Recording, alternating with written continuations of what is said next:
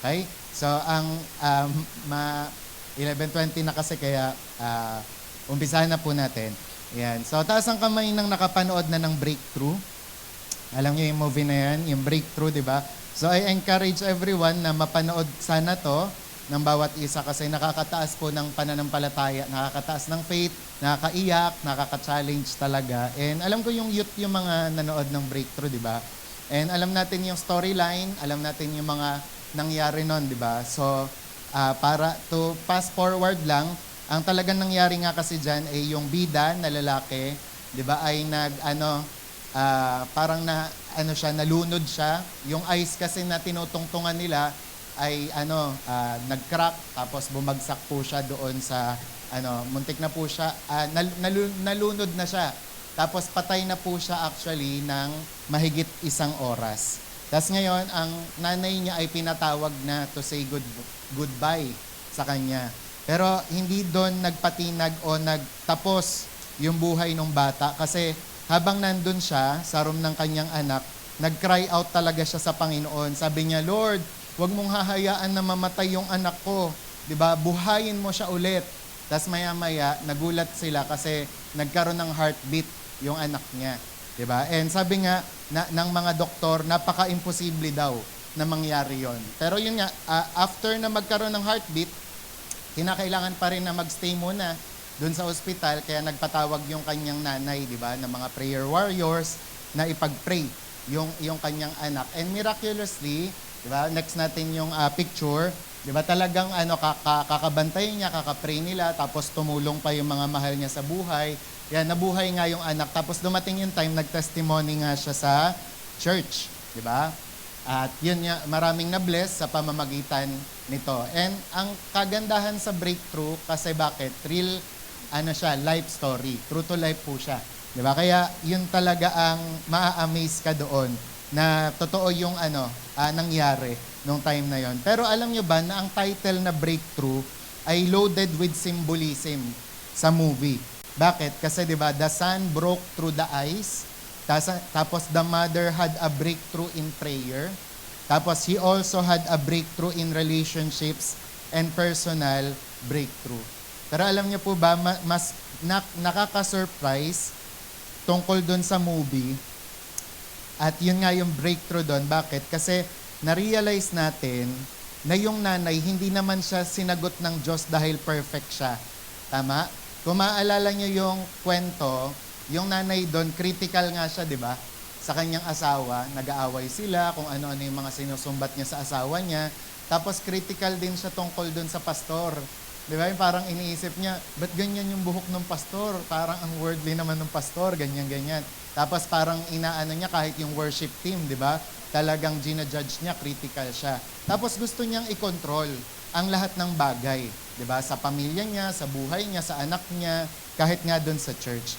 And she finally realized that she couldn't control everything, di ba? And she realized that she had a bad attitude toward other people, and her greatest breakthrough came when she realized that God loved her son even more than she did.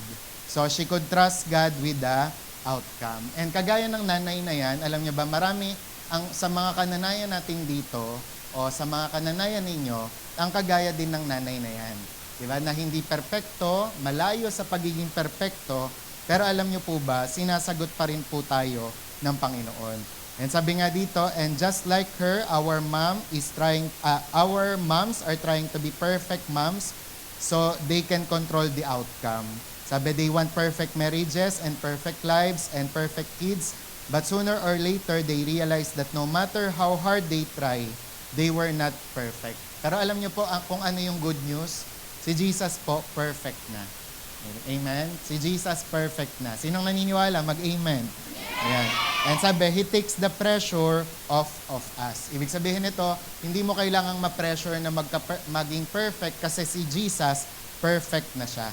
Yeah? So instead of trying to be perfect, para po sa mga nanay at sa mga nakikinig naman na hindi pa nanay, sabi, we can just try to be more like Jesus. Sabi nga po sa Hebrews 12 verse 2, fixing our eyes on Jesus, the pioneer and perfecter of our faith. Diba? Kasi si Jesus yung nagpa-perfect ng faith natin, kaya kinakailangan po sa Kanya tayo tumingin. Diba? Kasi pag tayo, nakatingin tayo sa tao, marami tayong imperfections na makikita. Pero kapag kay Jesus, ang makikita natin ay complete perfection. Diba? Kumbaga, perfect perfection. Kaya sabi, so if we just keep our eyes on Jesus, then He's going to make perfect the things in our life that need to be perfected. Sabi, in fact, we are all created in God's image. He created us male and female so we can all reflect different attributes of God's perfect love.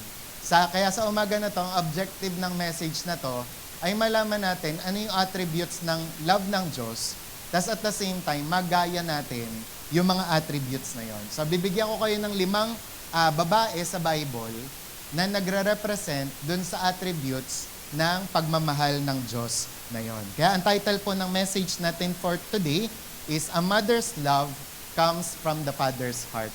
Alam niyo ba yon na ang pag-ibig ng nanay, hindi nila binuo yun sa mga sarili nila, kundi galing yon sa puso ng Diyos, sa puso ng Ama. Kaya perfect illustration yan, kasi kaya nagmamahal yung nanay, kaya niyang mahalin yung anak niya, even though wala pa tong nagagawa, wala pang ang grades na napapakita tong 98, 95, pero bakit mahal na mahal niya? Diba? Kasi bakit?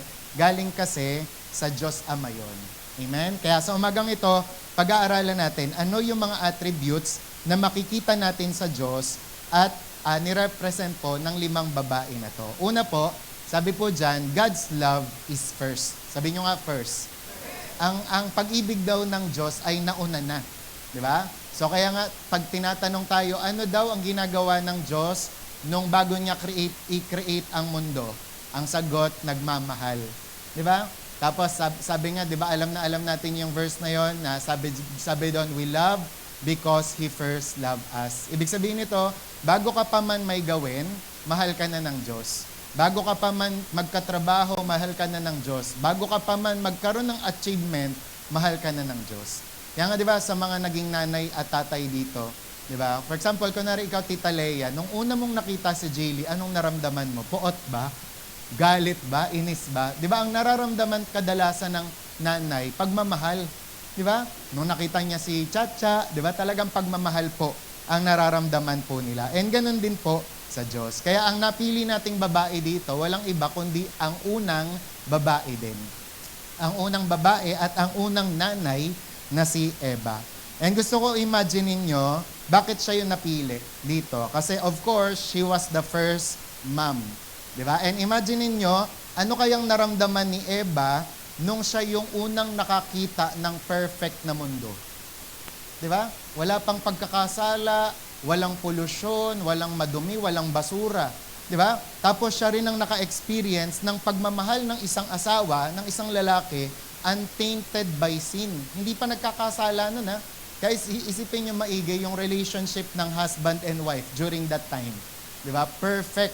And sabi nga, siya daw yung naka-experience, unang-una, nung fellowship with the Father, na walang separation, walang shame, walang disconnection. Pero gusto ko rin imagine ninyo, ano kaya yung naramdaman niya nung nasa kanya na yung perfection, pero bigla niyang nawala ito ng isang iglap o isang araw. Diba? And alam nyo, ganun din daw po sa mga buhay natin.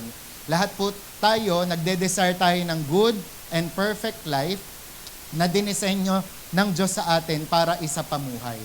And sabi nga, napaka-bitter daw kapag nare-realize natin na nag-fall short tayo sa lahat ng yon. At kahit anong gawin natin, no matter how much we try, hindi pa rin tayo maging perfect. Ganito yung naramdaman ng unang babae at ng unang nanay, di ba? And alam niyo sa mga nanay, o kahit hindi pa nga nanay, may mga feeling tayo, di ba, na what if I had just done this? Ano kaya kung ito ginawa ko?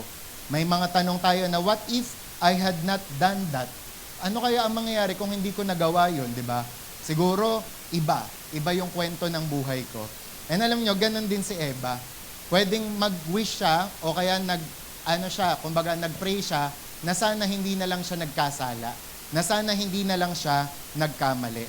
Pero alam niyo, ang plano ng Diyos, ang plano po ng Diyos ay i-redeem si Eva at i-redeem ang kanyang future kahit yung kanyang pagkakamali. Di ba? Kaya sabi nga, even though Eve allowed sin and death into the world, God gave her the opportunity to bring new life into the world. Di ba? Isipin nyo maigi, binigyan pa rin siya ng tsansa ng Panginoon. Kaya ito si Eva, later on, siya po ay naging nanay na. Bakit? Kasi gustong ipa-experience sa kanya ng Panginoon yung another opportunity and another chance, di ba? Na ma-redeem, makabawi. Di ba? And alam niyo, si Eva, yung unang-unang makaramdam ng pagiging isang nanay. She became the first mother. And siya yung unang nakaranas na magdala ng bata sa kanyang sinapupunan sa loob ng 9 na buwan. Siya yung unang nakaramdam ng na merong someone sa loob-loob niyan na pumipitik-pitik o pumapadyak-padyak na ganon. Di ba? Kaya imagine niyo yung kanyang feeling. At siya rin yung unang nakaramdam ng paghawak ng baby sa kanyang mga palad, di ba? Sa kanyang mga kamay. And pisilin yung mga little chubby cheeks, di ba, ni Cain. And alam niyo pa kung ano yung nangyari kay Eva? She became that child's first love. Di ba? Kasi tayo talaga ang nagiging first love natin, magulang natin, di ba? Nanay at tatay natin. Kasi sila yung unang nagtuturo sa atin ng mga bagay-bagay. And sabi, and in that moment, she became the first person to understand the Father's heart. Siya yung unang nakaramdam na yung pagmamahal na yon ay galing sa Diyos. Kasi hindi niya mawari Bakit ko mahal tong baby na to? Ngayon nga lang kami nagkita. Kakasilang lang nito. Wala pang storya to. Di ba? Wala pang ambag to sa pamilya namin. Mahal ko na to. Nagigets niya? Nakukuha niya yung point? Kaya God's love is first. Di ba? Nauuna palagi ang pagmamahal ng Diyos. Punta tayo dun sa before we were born. Sabi nga doon, bago pa daw tayo ipanganak, mahal na tayo ng Panginoon. Kanina binasa po ni Sister Jezreel yung Psalm 139. Sabi ng verse 16 doon, your eyes saw my unformed body. All the days ordained for me were written in your book before one of them came to be. Sino naniniwala dito na bago ka pa ipanganak, mahal ka na ni Lord? Amen. Sabi mo sa katabi mo, maniwala ka. Diba? Kasi yun nga ang sinasabi ng Bible. And in fact, alam nyo, nakakatuwa kasi sabi dyan, and all the days ordained for me were written in your book. Ibig sabihin, bago ka palang ipanganak, may plano na ang Diyos sa'yo. Di ba? Plano niya na dito ka mag-aaral, plano niya na dito ka ipapanganak, plano niya na dito ka magtatrabaho, plano niya na ito yung mapapangasawa mo. Lahat yan, planado na ng Diyos. Amen? And alam nyo, yung mga kananayan, next natin yung picture, meron talaga, some of them, meron silang tinatawag na dream diary. Dream diary, di ba?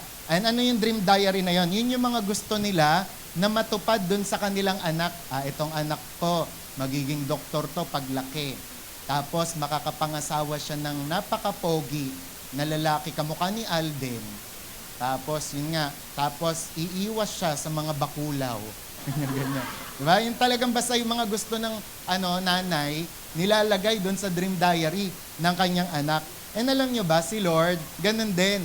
May dream diary din siya sa atin. At yun yung sinasabi sa Psalm 139, na lahat ng mga plano ng Diyos, nakasulat na doon sa kanyang libro. Kaya sabi mo nga sa katabi mo, hindi ka aksidente. Diba? May plano po si Lord sa'yo. Diba? Kasi noon pa man, bago ka panganak, planado ka na. And alam nyo, kagaya din ng mga nanay, sino dito nakaranas ng na magkaroon ng nanay? Next natin yung picture. Yung talagang parang kulang na lang sundan ka kung saan ka pumunta. Kasi tanong ng tanong, saan ka ba pupunta? Ano gagawin mo? Sino kasama mo? Anong oras ka uuwi? 'Di ba? Masama ka na kaya? 'Di ba? Parang ganoon. 'Di ba? And yun yung nakaka-touch sa mga nanay. 'Di ba? Yung hangga't maaari, gusto nilang malaman nasang ka, mag-chat ka, mag-update ka kung nasang ka. And alam nyo ba, ganon din po si Lord. Ganon din si Lord, yung Holy Spirit. Alam nyo ba na si Holy Spirit, gusto niya na samahan tayo saan man tayo magpunta. Okay? Sabi nga dito ng Psalm 139, ito, isipin nyo ito maigi. Where can I go from your spirit, Mama? Hindi mama yan, ha? Si Lord yon. Sabi, where can I flee from your presence? If I go up to the heavens, you are there. If I make my bed in the depths, you are there. Sabi, if I rise on the wings of the dawn, if I settle on the far side of the sea, even there your hand will guide me. Your right hand will hold me fast. If I say, surely the darkness will hide me and the light become night around me. Even the darkness will not be dark to you. The night will shine like the day, for darkness is as light to you. Diba? Sa madaling salita, sinusundan tayo ni Lord. His love keeps following us. Amen? Yun ang pagkakatulad ng Diyos sa mga nanay. Sabi, God says His Spirit is with us wherever we go. We cannot hide from Him. We cannot go somewhere He won't be there. And even in darkness, His love shines there. Diba? Kaya nga kahit ang nanay, dito sa Pilipinas, ang tawag sa nanay, ilaw ng tahanan. Diba? Ang tawag sa tatay ay halimaw ng tahanan. Haligi daw ng tahanan. Diba? Hindi, sabi lang daw yun ng joke. Kasi may estudyante, sabi ng teacher, yung nanay, ilaw ng tahanan. Nung sa tatay na daw. Yung tatay, ano yung halimaw, sabi ng bata. Hindi haligi ng tahanan. Ha? Okay, tapos yun nga, sunod naman yung joy through pain. Sino dito nakaranas na ng mga anak? Hindi pala. Natural, yung mga nanay ang nakaranas, di ba? And alam niyo, yung mga nanay, alam nila ang pain at ang labor. Di ba? Alam nila kung gaano kahirap yung mga anak. Okay? Pero alam niyo, sabi ng Bible, weeping may endure for a night, but joy comes in the morning. Ano ibig sabihin yan? Sabi, a mother understand that sometimes you have to endure pain to get to joy. Okay? And alam po, ni Jesus din yan. And next natin yung picture. Di ba yung nanay, kapag tapos biglang lumabas na yung baby. Tapos pag pinakita sa kanya, ang ganda-ganda. Ang cute-cute. Di ba? Nawala na yung lahat ng sakit. Di ba bakit? Kasi nakita niya na yung baby niya. Alam niyo, ipaparallel ulit natin kay Lord. Si Lord, bakit niya daw na-endure next natin? Yung pain and suffering na binata o dinala niyo doon sa cross. Kasi sabi ng Hebrews 12 verse 2, who for the joy that was set before Him endured the cross. Alam niyo kung bakit? Kasi alam ni Lord na after nung paghihirap niyang yon, makakasama niya tayong lahat doon sa kalangitan. And that's the reason why na-endure niya. Bakit kaya na-endure ni Lord yung pagpapapako sa krus? Bakit niya natiis yung mga paghahagupit sa Kanya? Kasi kagaya ng ina, na alam niya kasi makikita niya yung anak niya, ganun din ang Diyos. Alam ng Diyos na makikita niya tayo doon sa langit pag tiniis niya yung pagpapasakit at sakripisyo na yon. Amen? Gets niyo yon? And ang mga nanay at ang Diyos, alam din nila yung the joy of the Lord is our strength. Kaya may mga pagkakataon, alam ng nanay, di ba, that there will be pain in raising children, but there will also be joy. Di ba? May saya kapag nakita mo na yung anak mo ay lumaki ng maayos, nakapag-aral ng tapos, di ba? Tapos nagkaroon ng kinabukasan. Kaya ang una na matatandaan natin dito o matututunan, He loves us first. Di ba? God loves us first even before we knew Him, even before we were born. Sabi ng 1 John 4:19, we love because He first loved us. Okay? Kaya ano yung number 1? God's love is first. Sino yung Bible character? Si Eva. Okay? Number 2, God's love is faithful. God's love is faithful. Bakit kaya? Ang Bible character natin dito na nanay din ay si Hannah. Yan. Bakit kaya faithful si Hannah? Bakit kaya ang Diyos ay faithful at nire-represent ito ni Hannah? Kasi alam niyo yung ang kanyang istorya. Si Hannah po ay, nung time na yon ay hindi magkaanak. 'Di ba? Merong isang lalaki si Elkanah, tapos ang asawa niya ay si Hannah at saka si Penina. Si Penina yung may anak ng may anak. Tapos dahil walang anak si Hannah, lagi siyang kinukutya ni Penina. 'Di ba? At nung culture nila, kapag walang anak yung isang babae o baog, kahiya-hiya yun. Kaya si Hannah, lagi siyang nagpe-pray, umiiyak pa nga siya sa Diyos, kahit kay Elkanah, na kailan ba ako magkakaanak? Pero ang galing, bakit? Kasi faithful si Hannah na manalangin, kaya naman dininig po siya ng Diyos. Nananalangin kasi noon si Hannah, and dahil sa desperation niya, nagkaroon siya ng vow kay Lord. Ano yung vow niya kay Lord? Sabi niya, if God gives me a son, I will give him back. Pag ako binigyan mo, O Diyos, ng anak, ibibigay ko rin siya sa'yo, pabalik. Diba? Iaalay ko siya sa'yo. And alam nyo, pinagtiwalaan siya ng Diyos, at ano nangyari? God answered his prayer. Kaya kaya pinanganak tuloy sino? Si Samuel. Kaya ganun ang pangalan ni Samuel, kasi ibig sabihin nun, dininig ng Diyos. Samuel, dininig ng Diyos. And alam nyo, sakto na yung edad ni Samuel, anong ginawa ni Hannah? Binalik niya po si Samuel doon sa kanyang destination, sa templo, 'di ba? Para maglingkod sa Panginoon. And alam nyo, pagka si Samuel yung pinag-uusapan, nakaka-relate ako. Kasi during the time na nasa mission house kami, hindi ko alam lahat ng older batch kasi noon, sinulatan ni Ate Beck. Tapos, ang sulat niya lang mga verse. Tapos, nung sinulatan niya ako, nagpe-pray ako noon, nakaganon lang ako. Sinulatan niya ako, kinalabit niya ako. Sabi niya, Hem. Tapos, nung pagbukas ko ng verse, tungkol kay Samuel, during that time, pinag-iisipan ko kung titira na ba ako sa church, magpo-full time na ba ako, o magtatrabaho pa rin ako. Ganon. Kaya ang amazing, kasi nangusap si Lord sa pamamagitan ng moment na yon, na parang sa isip-isip ko, siguro tinatawag na ako na maging Samuel dito sa house of God. Kaya from then, kumbaga parang magmula noon, doon ako naglinis-linis na ako sa church. Tapos para na akong si Samuel kasi sa pulpito ako natutulog, ganyan. Tapos doon ako kumakain, doon na talaga ako nanirahan. Tapos alam nyo, ang ginagawa ni Hannah, nung binigay niya si Samuel, sa chapter 2 ng 1 Samuel, mababasa nyo na taon-taon, bumabalik si Hannah doon kay Samuel para tahian siya ng kanyang damit. Oh, imagine niyo si Pao, tatahi ng damit, tapos bibigay kay Azi.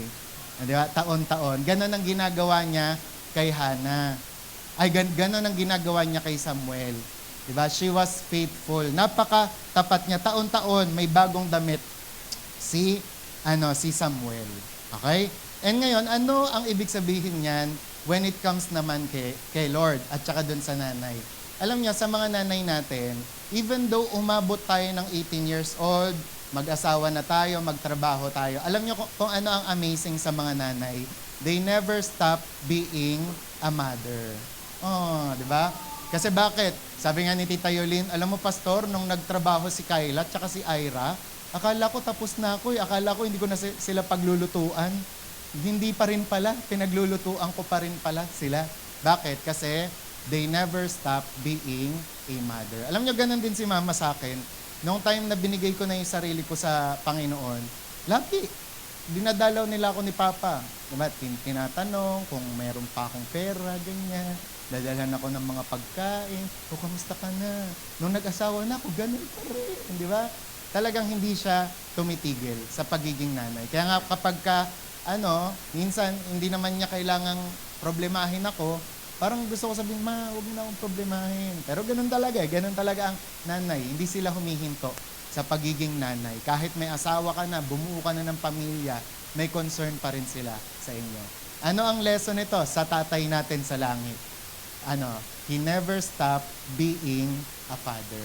Di ba? Kaya, for example, tayo, di ba, may mga kanta tayo, you will always be a child in my eyes. Di ba? When you're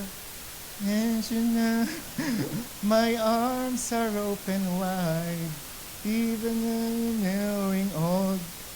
I hope you realize you will always be a child in my eyes. Diba? Kahit dumami pa yung achievement mo, diba? Anak ka pa rin ni Lord. Amen? Hindi mo pwedeng sabihin sa Kanya, kaya ko na to Lord, adult na ako, may trabaho na ako. Diba? Hindi. Anak ka pa rin ng Panginoon. Amen? And alam nyo, over and over, pag nagbabasa kayo ng Bible, lagi nyong makikita yan na si Lord, hindi siya tumitigil maging Diyos sa'yo. Hindi siya tumitigil maging tatay sa'yo.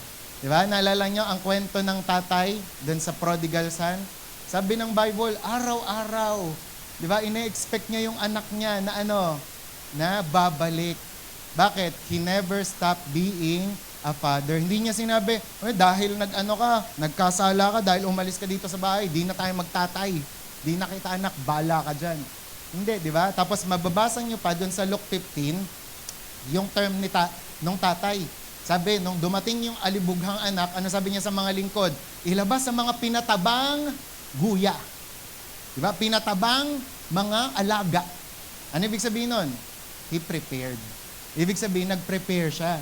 Alam niya na babalik yung kanyang anak. Di ba ganun din sa nanay, ganun din sa magulang? Di ba? Babalik yan. Alam, di ba, ng nanay, ng tatay, babalik yan. Kakailanganin din tayo niyan. Hihingi ng advice yan. Di ba? At tapos ang ginagawa nila, nagpe-prepare lang sila. Amen? Tsaka ang sabi dun sa Luke 15, malayo pa lang. Alam na ng tatay na anak niya yon. And ganun yung amazing thing sa mga magulang. Alam nila kahit yabag ng anak, ay, kuya mo yan. Yung nagbukas ng pinto, kuya mo yan. Diba? Yung nagbukas ng rep, ay hindi mo kuya yan, yun yung bunso. Diba? Kahit bukas ng rep sa ulo. Diba? Kasi gano'n ng nanay, gano'n ng tatay, gano'n ng mga magulang. Amen? And gano'n ang Diyos. Kahit anong mangyari, kahit naging rebellious ka pa, kahit umalis ka sa Kanya, diba? Mamahalin ka pa rin niya. Amen? Amen. Diba? Kaya nga, nung kagabi ko lang na-realize yung kanta pala ni Ariel Rivera, parang sa Bible pala kinuha yun. Yung mahal, pangako sa iyo, hindi magbabago, ikaw lang ang iibigin ko. Tapos may verse pa doon, kahit ikaw ay lumayo at masaktan ako, asahan na di maglalaho. Diba? Talagang, para palang yung sa prodigal son yun. Amen? Sino yung touch na touch dito na ikaw naranasan mong magbulakbol, naranasan mong tumalikod kay Lord, tapos yun, nung bumalik ka sa Kanya, tinanggap ka, ganun kasi si Lord. Amen? Kaya sabi mo sa katabi mo, balik ka kay Lord.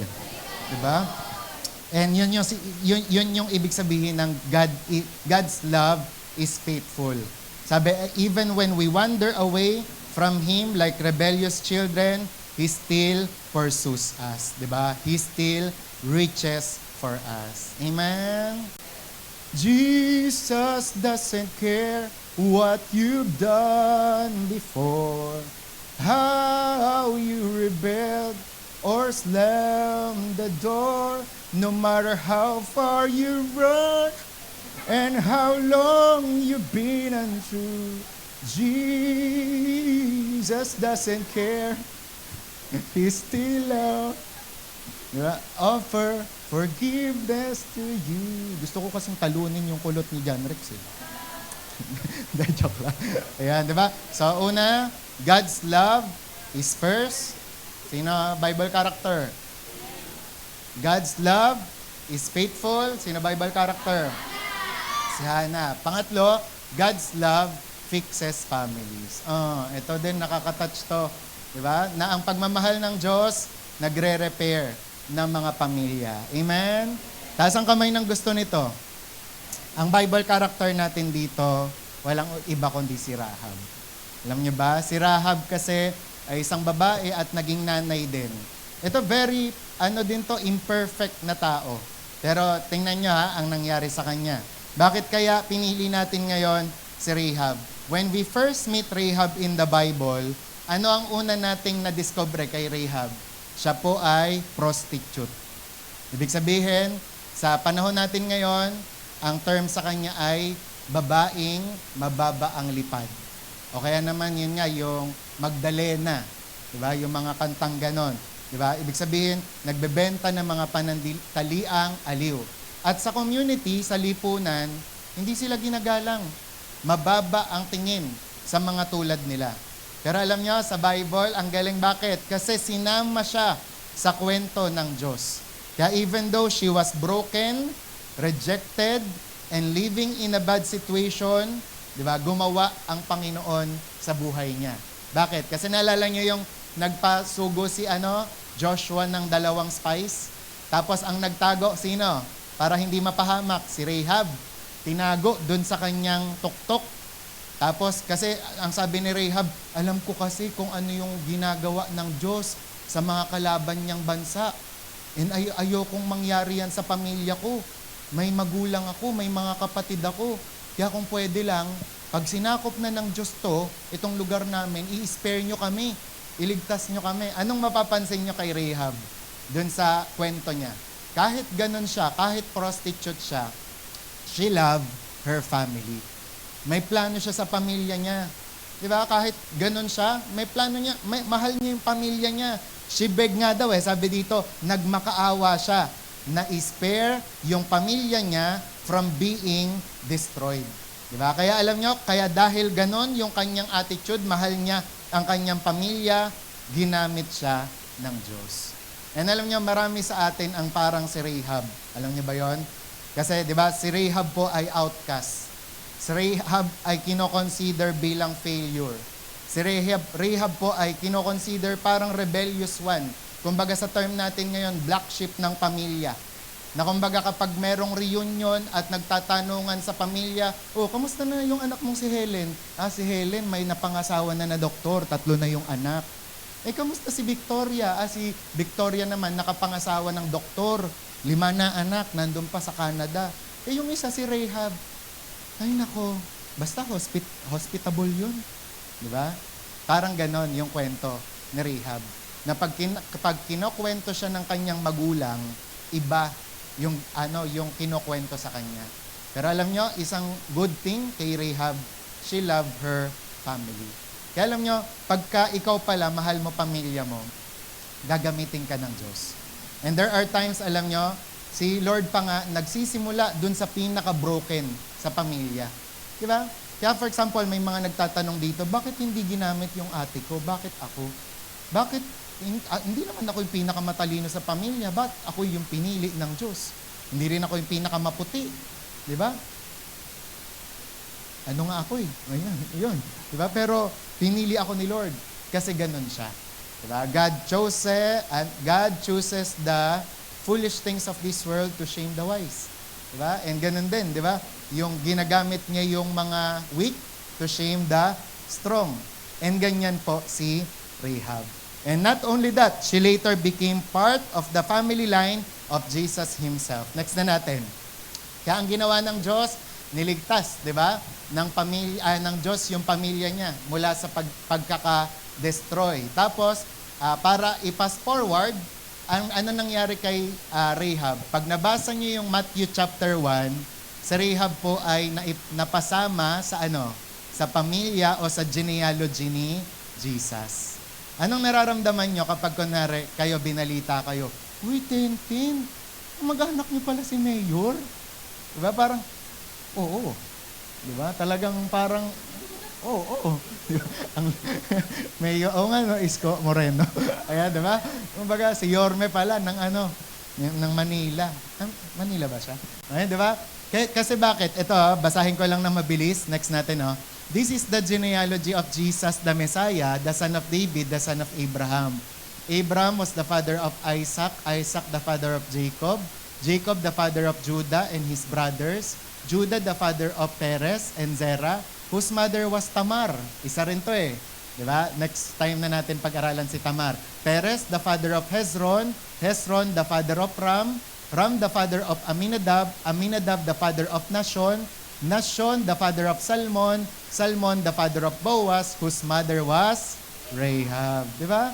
Napasama si Rahab sa family line ni Jesus. Bakit?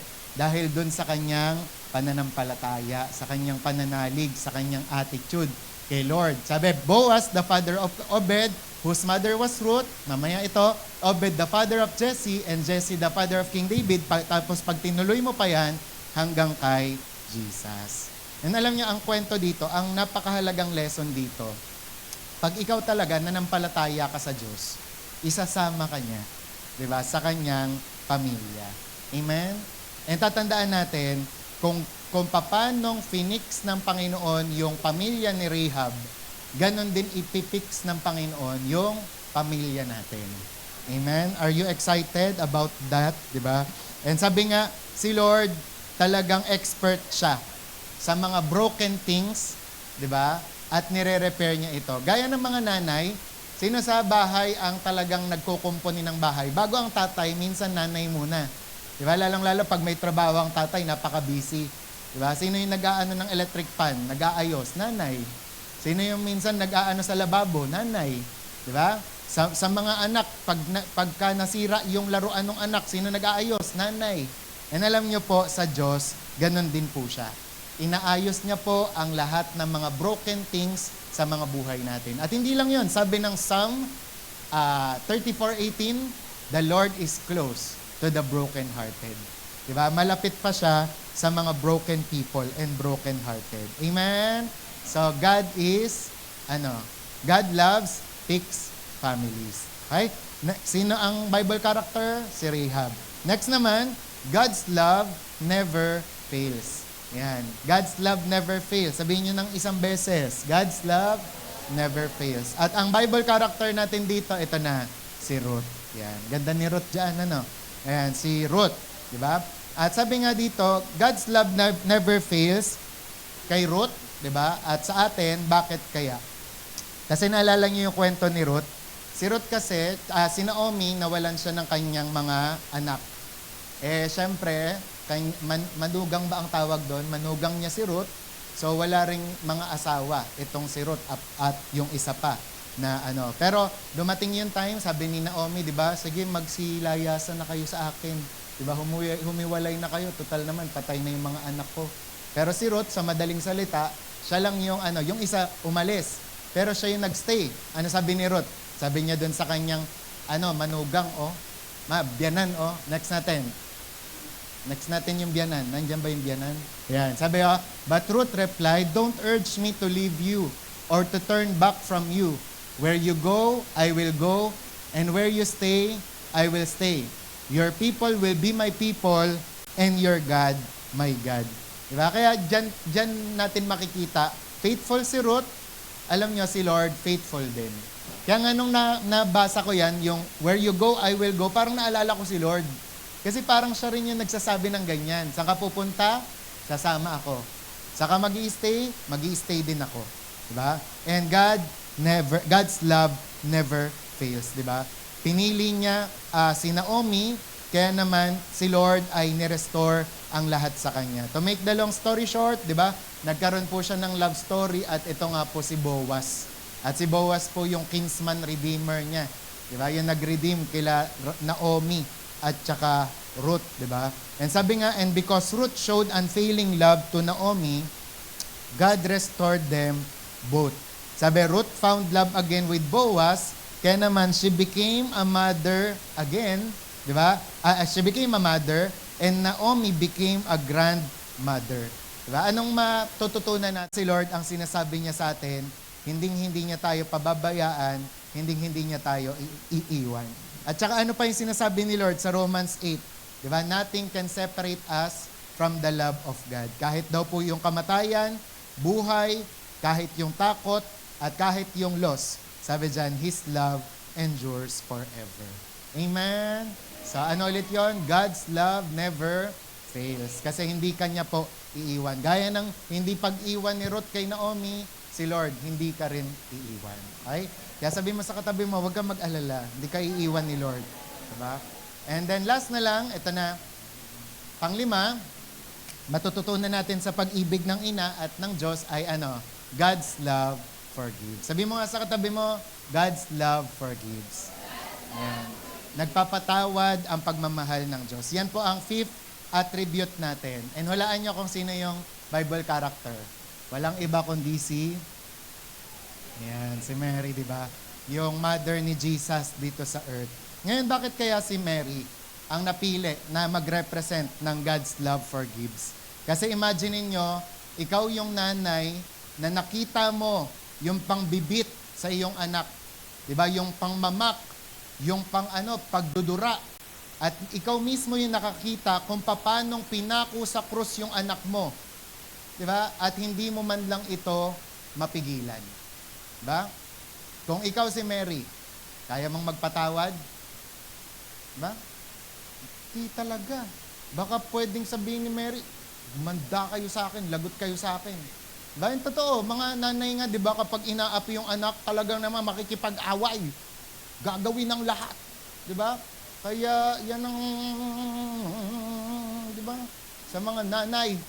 Pero tatandaan natin, alam nyo ba, na sabi nga dyan, nakita niya si Lord na masaktan, ipako sa krus. Listen very carefully, napaka-importante nito. Nasaktan, pinako sa krus, and yet, narinig niya rin si Jesus na anong sinabi. Sabi niya, Father, forgive them, for they do not know what they are doing. Kaya sa part ni Mary, dahil sinabi ng anak ko, dahil ginawa ng anak ko na patawarin tong mga to, I should also forgive them. Okay? Nagigets nyo? Anong ibig sabihin nito sa atin? Dahil pinatawad ng Diyos Ama, pinatawad ni Jesus ang mga tao, tayo rin po, kinakailangan magpatawad po tayo. Diba? Kaya nga minsan, for example, pagka, kunwari, ma, patawarin mo na. Hindi nyo, pinatawad ko na eh. Diba? So, ganun din. Diba? We need to forgive. And ganun din po sa ating mga buhay. Kung si Jesus, pinatawad tayo, patawarin din po natin ang ating mga sarili at ang ating mga kapwa. Amen. Amen. Sabi nga, there is nothing harder for a mother than forgiving those who hurt her children. But forgiveness is at the center of the Father's heart. God Himself allowed His Son to suffer so that we could be forgiven and restored. Alam niyo po, forgiveness is costly, but Jesus freely gave it to us. And because we have been forgiven, we must also forgive others. Amen? Na dahil pinatawad po tayo ng Diyos, kinakailangan po patawarin din natin po ang ating mga kapwa. Amen? Kaya nga, di ba, gasgas na yung salita na yon, pero kailangan pa rin natin i-practice. Yung sabi, hurt people. Kapag talaga nasaktan tong tao na to, mananakit din siya ng tao. Diba? Pero may kasunod yon. Pero sabi, forgiven people, forgive people. Ang mga taong pinatawad, ang mga taong naramdaman yung pagpapatawad, ay magpapatawad din. Amen. And alam ko, kahit hindi natin isa-isahin kayo, di ba? Meron po kayong pagka pinag-uusapan ng pagpapatawad, meron kayong pangalan na naaalala. Di ba? Meron kayong mga tao na alam nyo talaga ang gagawin. Di ba? You need to forgive them. Pero ang kailangan, i-apply. Amen? And alam nyo, siguro sa mga susunod na araw at panahon, share namin sa inyo ni Pastor Mer yung natutunan namin sa conference nung Friday. Kasi ang pinakatumatak sa akin na sinabi doon, psychiatrist kasi yung guest speaker. So, in the light of psychiatry, sa psychiatric perspective, ang galing na i-share niya yung salita ng Diyos. And sabi niya, alam nyo, sa dami-daming taon ko na naninilbihan bilang psychiatrist, ito yung napansin ko at lesson ko sa maraming mga tao. Lalong-lalo na sa mga humihingi sa kanya ng tulong at advice. Sabi niya, marami sa mga pasyente ko, ang alam naman talaga ang gagawin, hindi lang nila ginagawa. Diba? Kaya sabi niya, you pastors, pag may humihingi ng tulong sa inyo, huwag nyo agad advisean. Kundi, i-guide nyo sila na gawin kung ano yung alam nila na tama. Di ba? Kadalasan ganyan. Sa mga mag-asawa, pastor kasi ganyan. Tanungin mo, alam mo gagawin, di ba? Alam mo solusyon para dyan. Di ba? Alam mo gagawin para mawala sama ng loob mo. Alam mo gagawin para mawala galit mo, tama? O ang tanong, Gagawin ba? Diba? Kaso hindi lang ako nagtaas ng kamay kasi yung question and answer doon, 5 minutes lang. Ang dapat ko talagang itatanong doon. Sasabihin ko doon sa, ano, sa soul kasi yon sa speaker number 2, yung tungkol naman sa pag-a-advise. Yung kunwari, paano pong malalaman kung, kasi for example sa akin, alam ko na itong tao na to kailangan ng mentoring or advice. Pero hindi siya lumalapit sa akin. Ano bang mas tamang gawin? Yun yung question sa isip ko. Diba? Na hindi ko na itanong. Diba? Pero kasi sinasagot ako ni Ate Mer about dyan. Na hanggat hindi nagpapamentor, hanggat hindi lumalapit sa'yo, wala ka talagang gagawin. Wala kang karapatan. Kaya minsan, doon ako nahahati. Kasi alam na alam ko, for example, kunwari si Gabi, alam na alam ko yung solusyon sa problema niya eh. Pero ang masakit sa akin, pag alam ko yung solusyon doon, pero si Gabi, hindi lumalapit sa akin. Diba? Para magpatulong. And alam niyo po, some of us or many of us, ganun tayo. Alam natin gagawin, alam natin sinong dapat lapitan, hindi natin ginagawa.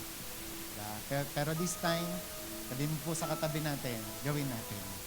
Okay? Gawin natin, di ba? Magpatawad tayo, maging mabuti tayo, di ba? Maging mabait tayo. Di ba? Ang sabi nga ng Bible talaga, 70 times 7, di ba? Magpatawad. Saka sabi nga, kapag talagang may kaibigan ka, meron kang mga circle of friends, meron kang mga ka-close, be vulnerable. Dapat ready kang masaktan. Diba? At sasaktan ka nila ng paulit-ulit. Pero, ang dapat mong role, magpatawad. Amen? Amen. Tsaka isa pa sa mga natutunan ko dun sa conference, ang unforgiveness daw, o yung hindi nire-release na pagpapatawad is a stress. Makinig maigi. Stress. Ngayon, may tinatawag tayong stress na short term. For example, may humahabol sa'yo na aso, may humahabol sa'yo na shark. Diba? Pag nalagpasan mo yon, wala na yung stress. Short term. Pero may tinatawag tayong long term na stress. Ang sample doon, yung mga sama ng loob. Yung mga unforgiveness. Na minsan, dinadala mo 1 linggo, 1 buwan, diba? 6 na buwan, 1 taon. And alam nyo, ang surprisingly or nakakashock na katotohanan doon, kapag daw pala pinrolong mo yung stress mong yon, next year, i-harvest mo yun. Kaya there are times may mga tao na kunwari, pinatagal nila yung sama ng loob, next year namamatay. Kasi inaatake ng sa puso, kasi hindi nare-release yung sama ng loob. Kaya kung alam mo kung ano yung gagawin, alam mo kung sino yung dapat kausapin, huwag ka nang diba? Huwag ka nang magpatumpik-tumpik pa. Diba? Tapos, kapag may mga ganitong senaryo, kunwari bata, tapos matanda, ganito ang aral sa amin. Kapag mas bata ka, dapat ikaw pa rin yung lumapit. Mag-sorry ka.